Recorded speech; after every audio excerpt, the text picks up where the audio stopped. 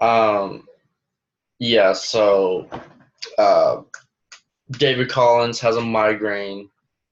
Blake Chancellor he just couldn't do it today. I don't know. What's up? It's the Shi-Fi podcast, episode 21. Let's see. So we just got Josh today. What's up? What's up, bro? How's it been? Going good. How about you? Going good. Can't complain. Yeah, I texted John last minute, but he never responded to join the podcast. So Derek never responded either. You should put Rachel on the podcast. I mean, might as well. Who knows? Would she be good on this podcast? I guess. I don't know. I feel like she would just laugh. She'd be like, ha! Yeah. Speaking of which, we're taking the podcast on the road to Austin next week. So it's just me, you, and Rachel, basically. This dude's gonna turn into a whole vlogger. I'll be like, boy, if you don't put your phone down. I'm not vlogging. That's one thing I've never been into, vlogs. Like, I don't want people to know what I do every minute, and I don't want to know what other people do every minute of their day, you know? Yeah, I hate that so much. It's like, all right, so I'm gonna take you through my day. Just go and use the restroom. Just watch my I don't care. And it gets tiring. Like, I'll vlog every now and then just for fun, like, and it's not even like that serious. I'll just like pull my camera out like 3 times during a day. I've done like 20 vlogs in the last like 2 years, so it's like something where I just like do whatever. Let's see. Today is August 3rd, 2019. What's there to do in Austin? Apparently, I know Rachel. She has like a whole agenda for us. You know how that goes. Yeah. She wants to go paddle boating. Your face when I said that. Paddle boating? Boarding. Yeah. Okay. Yeah, whatever. Is that the thing where you stand and like you do this? Yeah, and then there's the ones like you have actual boats, like she wants to go like canoeing and stuff like that. Canoeing. Yeah. What I look like? See. What's up? What I look like on a Monday afternoon? What I look like on a Monday afternoon, midday? Just see me canoeing in Austin. Right after I get done with paddleboarding, I just see you and Rachel on a canoe at 3 p.m. on a Monday. Yeah, I mean, there's always like good spots to eat. I've been trying every time I go to Austin. I want to eat at Franklin's Barbecue, but like you have to get there super early because it's just like Pecan Lodge, like they sell out and stuff. Well, I guess the good thing with going like on Monday through Wednesday is like, I guess everything won't be super busy. Shoot, I bet Franklin's Barbecue will still be busy, but yeah, Yeah. I mean, we'll have a lot of stuff to like do and like roam around. There's a graffiti wall. I've only been to Austin twice. I'm not the expert. Yeah. My dad gave me a list of museums. So. Boy. I'm not finna catch me on a Monday afternoon in a museum in Austin. He gave me to go to the this recommendation to go to the Bullock, Texas State History Museum. It's the story of Texas. That sounds like a bunch of rocks. A bunch of rocks. I got to shout out Spotify, Apple, to all the 10 to 12 people that listen to this podcast right now, on YouTube, whatever. That's a good thing about this podcast. It's everywhere. It's on every platform in the world. Did you geek out whenever Drake dropped Care Package? Yeah, a little bit. I didn't want to show it too much because I was just like, let me just say, all those songs, like, I know this is super cheesy to say now, But like all those songs in between, like Take Care and Nothing Was the Same, like that's what made Drake like elite with his fans. I felt like because he didn't really promote those songs. I was the guy that would like check his blog like every other day, and he would just drop a song on SoundCloud. Really no promotion. And it was like one of the first times where like rap for me, I was seeing rap music be like emotional. You know, Yeah. I know R&B is emotional. I know like pop songs, but like rap music and like songs like Trust Issues and Girls Love Beyonce, Dreams Money Can Buy. Yeah. Like those are so beautiful, emotional songs. And so how about you? Those I love all those songs, but my personal favorite, even though it's like not an emotional song, I don't know why. When it first came out, I've always fell in love with the song, and I will always be in love with the song. Always being like my top 5 in Drake songs. 4 p.m. in Calabasas. Oh, really? Yeah, I love that song. What's up? I don't know like what it is or like what like makes it like really appeal to me. It could just be the beat, but like I just like that song. But I appreciate him like making us remember as Drake fans, like, hey, like I know I have good new music out that's like bangers, but let's not forget about the old stuff. Appreciate my old music too. Yeah. That beat is like kind of funky, like type of thing. Yeah. Yeah, it's really interesting how he's putting his old songs on Spotify and Apple. Let's see. It's interesting because like from 2008 to like 2012, you had the mixtape rap era, you know, of like the J. Cole, Drake, Kendrick, Chance the Rapper. Hey, don't forget Chief Keef now. Chief Keef, sure. but like all those were like on Dat Piff and like SoundCloud. They weren't on like iTunes or anything. But like now, because like you know, Chance the Rapper has his mixtapes on Spotify and Apple now. Drake is putting it out. Let's see. The next J. Cole needs to put his mixtapes on up there. You know, like the song with Drake, like In the Morning, like those songs. Yeah. Early, yeah. So it's like it's a cool trend. Like I really like it because all they gotta do though is like clear samples, and that's a little bit hard to do because you know back then they didn't care. They were just rapping on anything, and so yeah, it's very interesting. So I don't know. Let's see. It was really random too, and I was like care package. The cover. I mean, I don't really care for the cover. It's just kind of like weird. Yeah. I was like, whatever. Did you peep the No Guidance music video? I haven't got to watch it yet. No. What? Wow. all I've seen is the well, you know, I'm not a big music video guy. It's really funny because it's kind of like there's a skit. Like it's a 9-minute long video, but it's only because like Drake and Chris Brown are doing acting stuff. Yeah, I've seen the whole Twitter meme. Ooh. Oh yeah. I'm so tired of seeing that. What was it? And like Drake and Chris Brown have like a dance battle and stuff. So, you know, Drake had to pull out his dances, I guess. Let's see.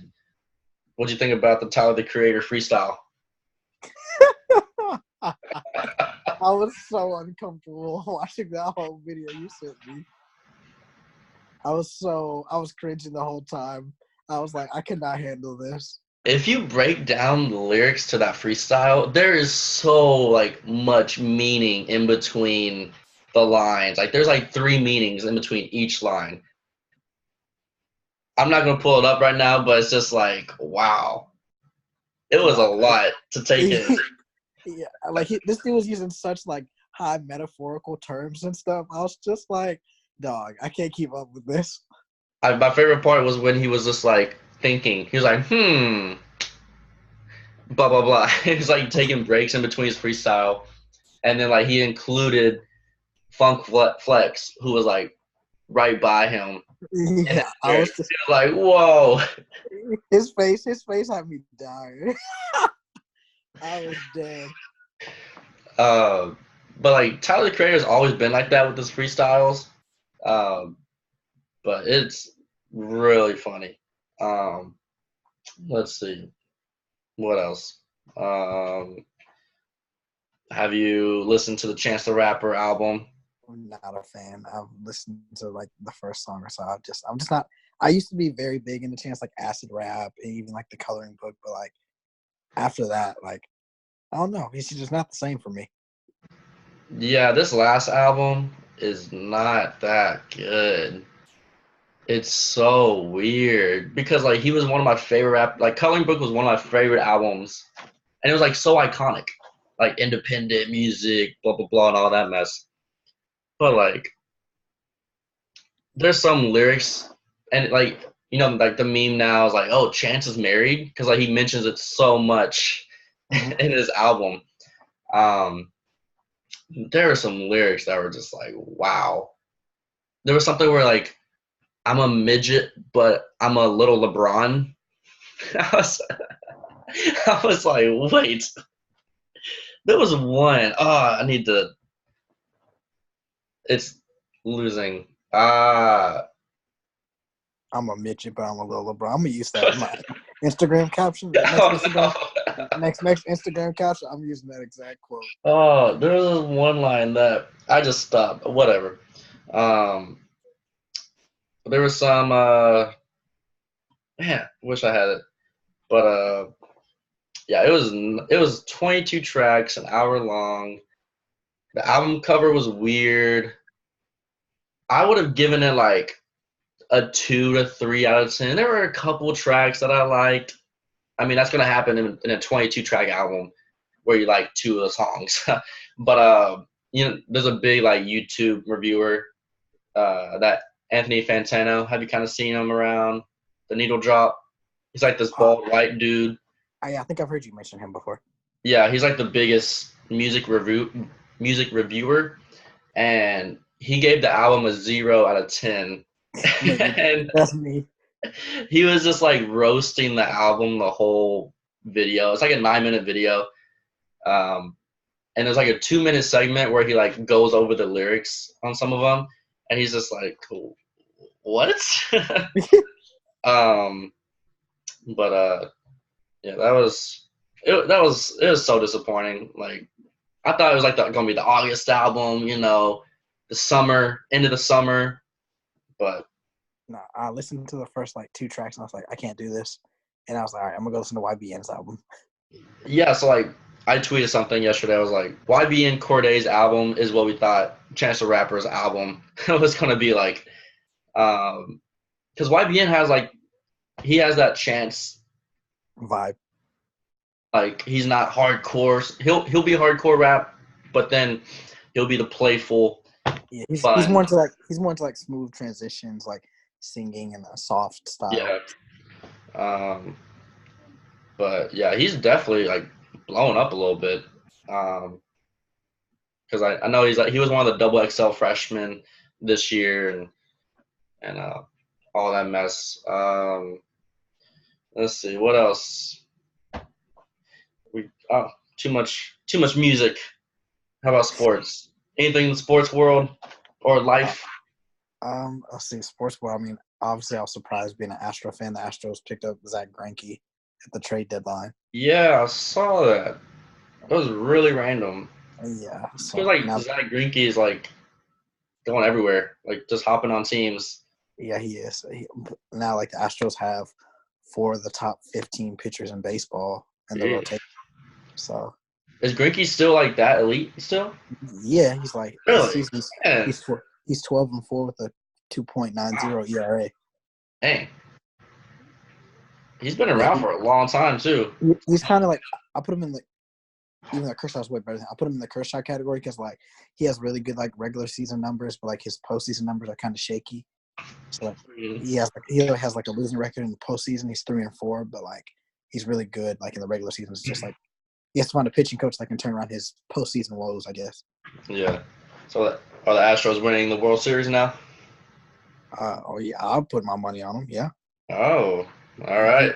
Who's beating that rotation? Who's The beating? Yankees. With what pitching? I don't know. Yeah, Just throw somebody in there. With what pitching? I'll never forget that. I'll never forget that text you sent me at the 2017 ALCS. You're like, "I'm ready for a Yankees Dodgers World Series." Astros have been messing that up. And you would have been bummed that last year if Milwaukee would have made the World Series. It could have been. Oh yeah.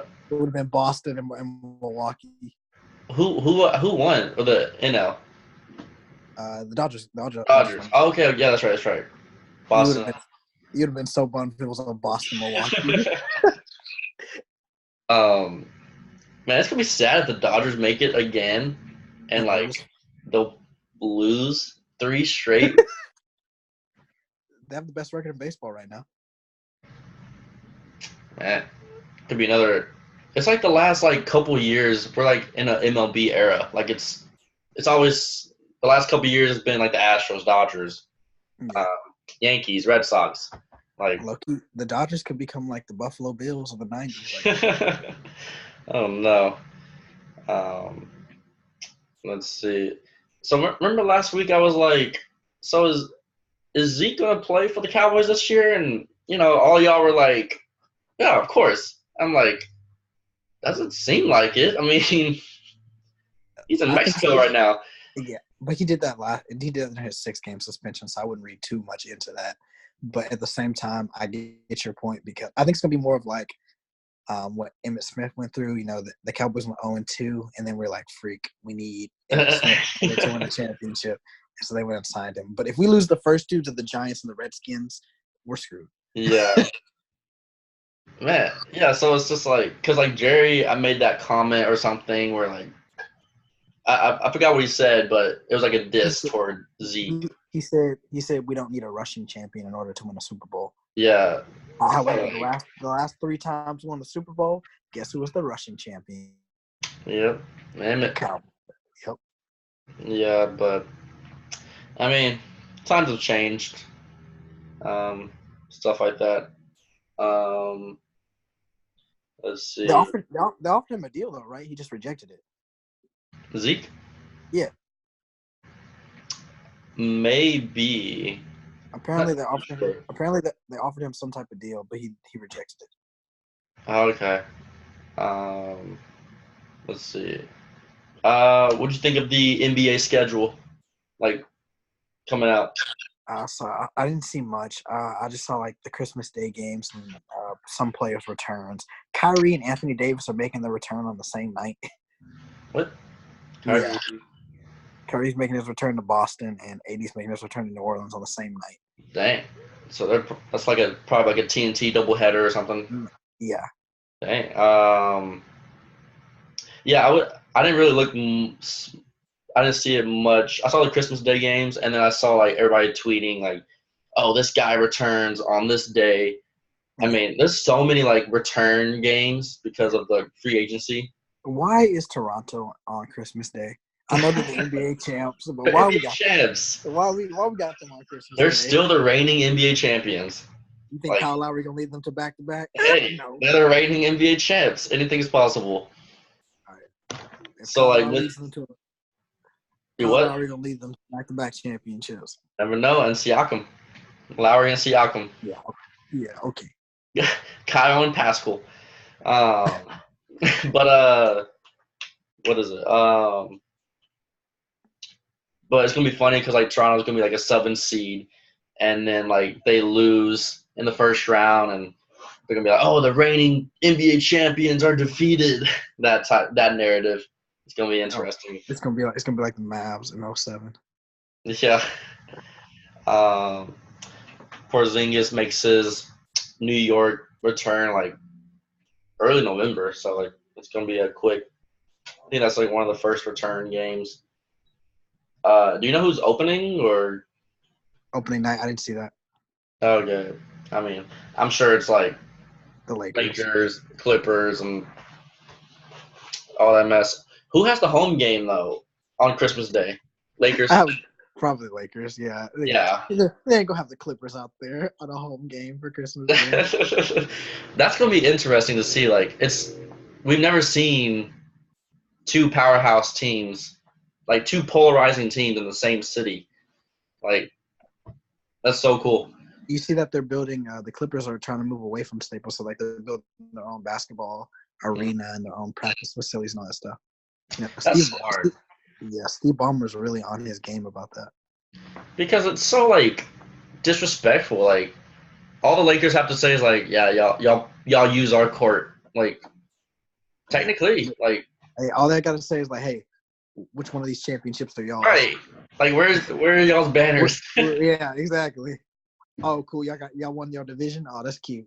Do they? I guess they do. They leave those banners and stuff during Clipper games. They have to. Yeah. Oh my gosh, that's so sad. They're like legit the JV team. Yeah, they're definitely gonna motivate Kawhi and PG. It has to. When you walk in an arena and there's no banners that are yours, like There's no retired numbers. Yeah. Is it? I don't think Wait. the Clippers have a retired number. Well, you're like breaking up a little I bit. don't think they do. Can you hear me now?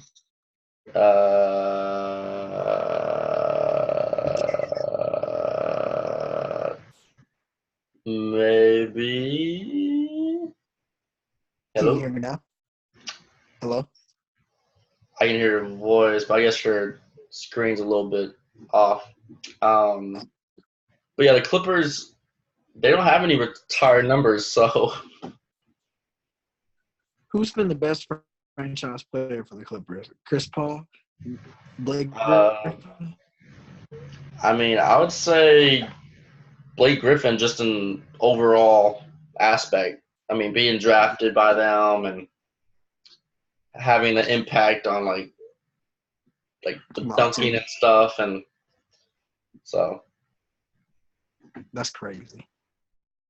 it's so funny just like walking into a Clipper game and then seeing like all the banners and numbers because they have the most numbers retired in championships. So wait, no, Boston does. The Celtics have the most. Yeah, right by one. Yeah, by one. Gotcha. It'll be even after this next season. Hopefully. Let's see. What else? What else? Do you think it's a failure if AD and LeBron can win one title?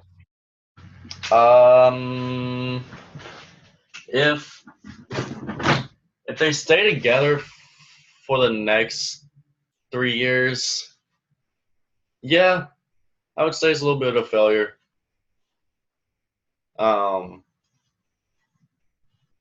Let's see. What's their contracts? 80. Yeah, they're there for like the next 3-4 years anyway. No, AD is a free agent after next year. Ah. But he sounds like he wants to stay. Yeah. Unless, I mean, it really is. It's weird to see AD being this like supportive of LeBron and like the city and like, you know, it's unique. And Taco Tuesday. Like you never saw like Kyrie or like any of the Cleveland people like with him at dinner and stuff like that. It's because they didn't want to be in Cleveland. They were miserable. Yeah. But I mean, my biggest question is like Paul George better deliver. Like, you know, I don't think he's that good. Like everybody's got him up, you know. Yeah, I think Paul George and Jimmy Butler think they're better NBA players than what they are. Exactly. But, like, why would Jimmy Butler go to Miami to be by himself? Jimmy Butler's in his own world. Like he does not care about winning that much. Yeah, but because I was like, bro, you were literally like a lucky shot away from the conference final, possibly being in the NBA finals. Yeah. But yeah, Paul George, he's definitely boosting himself up, and he has a tendency to fall short when it comes to pressure. So we'll see how he performs. Like literally, everybody would roast him for playoff P. Like he'd call himself playoff P and stuff. But I don't know. I would love to watch the Lakers Clippers game because I'm confused. Like, who's gonna guard Anthony Davis? Like, you gonna put Montrezl Harrell on him? Who you gonna put on him? Yeah, that's the one matchup where like everybody's kind of forgetting. Like, there's a 6'10", 6'11", pretty athletic dude that y'all need to guard. Yeah, so like, I'm like, who gonna match up with him? Like, I'm not worried about Pat Bev and Rondo. They can go fight it out.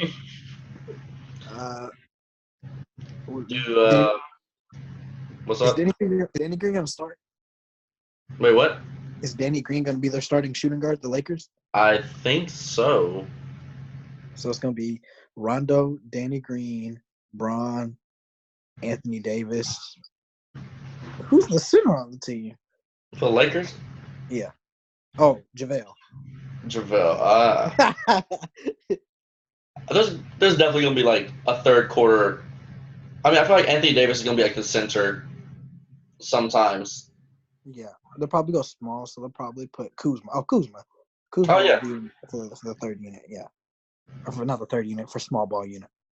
Is Kuzma gonna be like the sixth man? Yeah, but Yeah. I think like when it comes to like fourth quarters, they'll probably have Rondo out of the game and have Bron run point.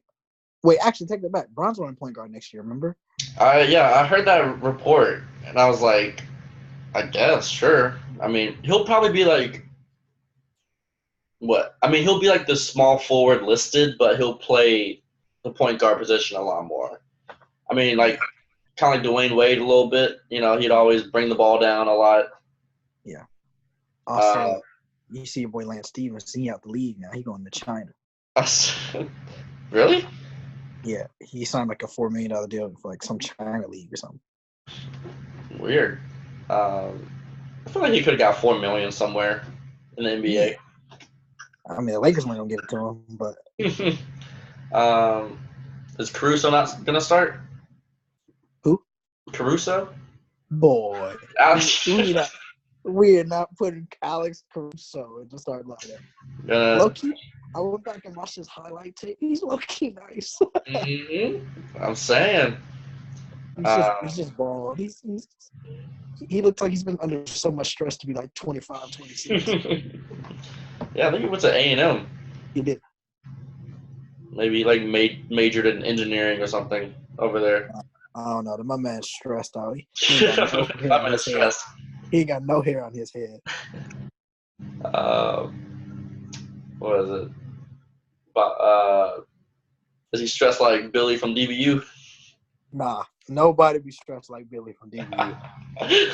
they have my boy Billy working 3 jobs. And he had to go to school, and he got a family to feed. For the audience, there was this. I don't know how to explain this. I got it. All right, you got it. So the only thing to eat on this campus was basically Chick-fil-A. So Charlotte and I would go from time to time. Sometimes we go together, sometimes we go separate. And almost every time there'd be this like boy, and like I don't know how old this boy is, but he looks like he's like between 12 and 14. Mm-hmm. But my man had on his Chick-fil-A uniform and everything. Like he was always stressed, running around doing multiple tasks. And like I see him everywhere on campus, be like in the cafeteria, at Chick-fil-A, in the library. They had Billy going to school, and then they had him come work 9 to 5. Billy was stressed. Did you say one day like you saw Billy get picked up by his mom? Yeah, Billy got picked up in a van, and I was like, I know that ain't an Uber. So Billy's mom came and got him. Was he like still wearing his Chick-fil-A stuff? Yes. He's like, Mom, pick me up from Chick-fil-A. Yeah, he got in. Oh, I realized what I did. I realized why I wasn't talking. I actually had my microphone muted. Oh.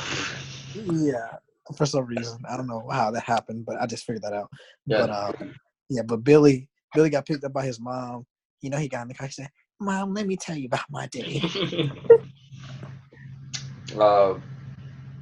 Yeah. He always looked stressed. He was never like smiling. Billy was never happy. And then we found out his name was Austin.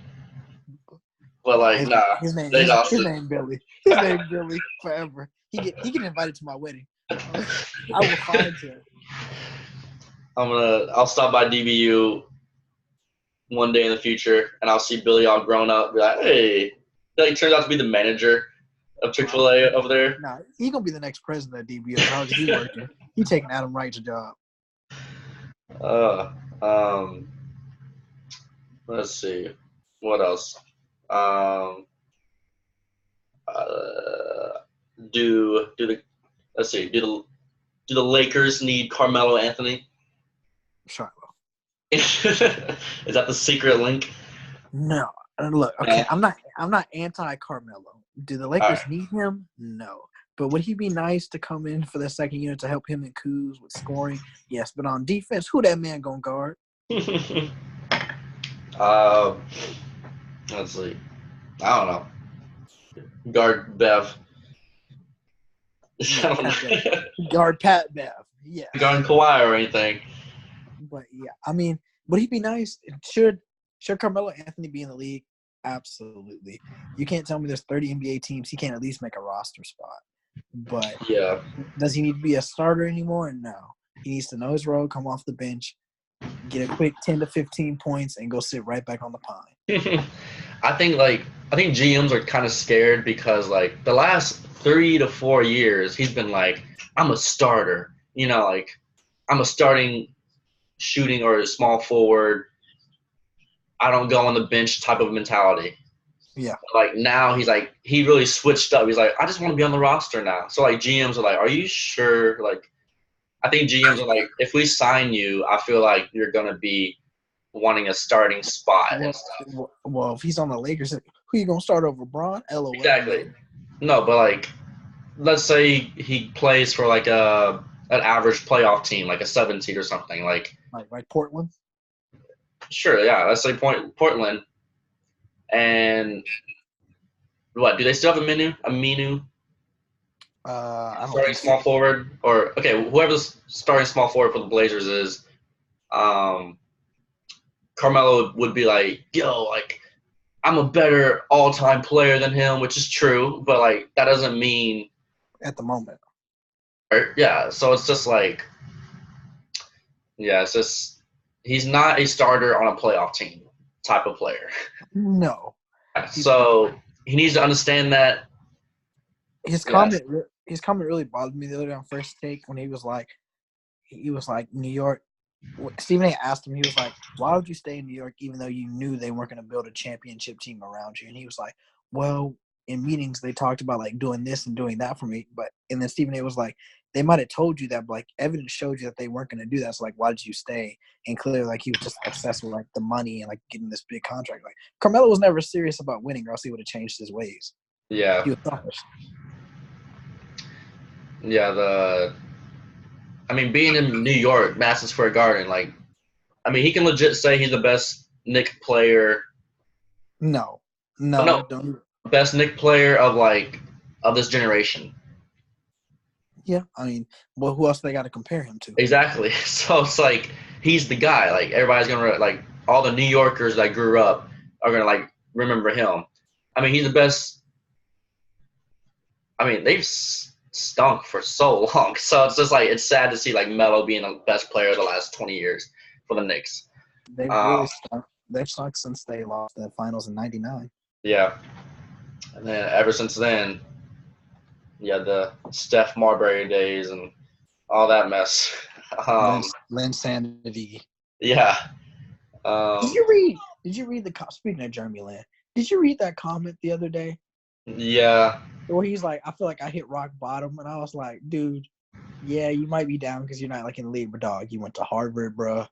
You're doing well for yourself. You just won an NBA championship. Like, I feel like that was taken out of context because I was like, you can't be that sad. Yes. I feel like the NBA gave up on me. I think he like wrote some essay or something, and I guess people took that wording. But he could still be a backup point guard for somebody. I'm kind of confused on that. It's just there's still a lot of free agents that haven't been signed, by the way. Yeah. I don't know. How do you think Boogie Cousins is gonna work? Speaking, why would you want Carmelo? Why would you want Carmelo whenever you already have another experiment in Boogie Cousins? I forgot the Lakers have Boogie. Yeah. Literally always forget that. I hope he's better. Like, I mean, he was like bad in the finals because it was just like so like quick and everything, but it'll work. Boogie's mature now. I wouldn't say all that. I would not say all that. He's a lot. All he wanted when he was a Sacramento King to be on a winning team. Now he's on a winning team. I think he'll be. I mean, he was pretty chill with the Warriors last year. Well, he knew his role. He Yeah, just gonna so come in there, Steph, KD, and Clay, and not be chill. he knew his role. He wanted a ring. How'd that work out? Well, weird stuff happened. All right. Well, Did you read that? No. What's up? We gotta talk about your boy Clay real quick. Did you Clay. read his quote? What did he say? He said, For like the end of an era or something. Yeah, I was like, Clay. He said, I'm gonna come back more athletic and more stronger, and I was like, Clay. Hey, I mean, sometimes you come back stronger after an ACL. I don't disagree with that, but to say that the dynasty, I wouldn't say the dynasty's like not over. Like, I'm not saying it's like completely over, bruh. You ain't gonna coast to the finals like you have been. Yeah, it'll be tough for them coasting. I saw they just gave Draymond that money. 4 years, $100 million.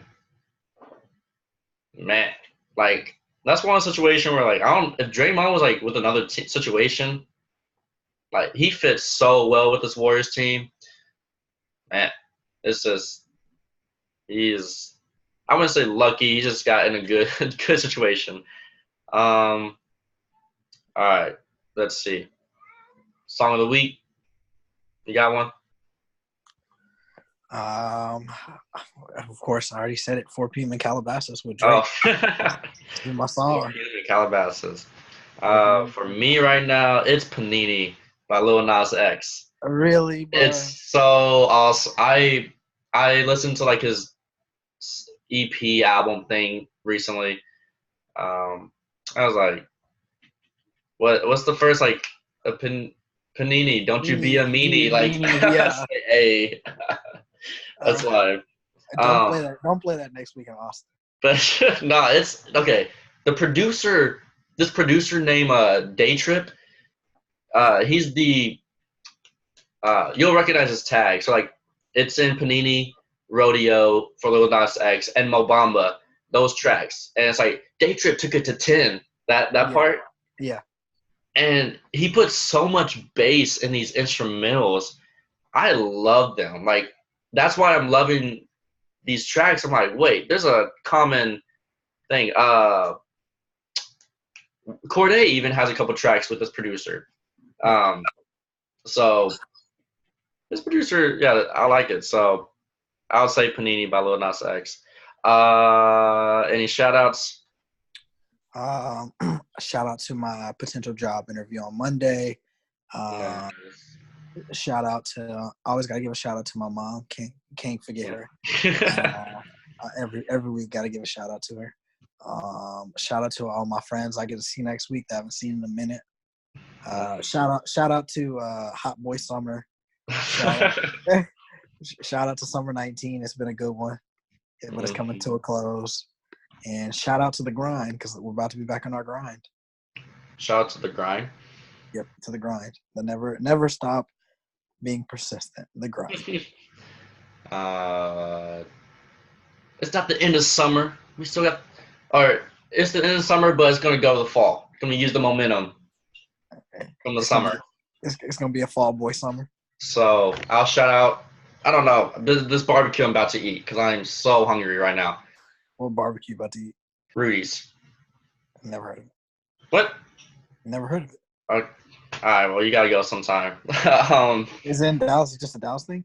Yeah. There's got to be some in Houston. All right. Well, we got seconds left. All right. Have a good one. All right. Peace.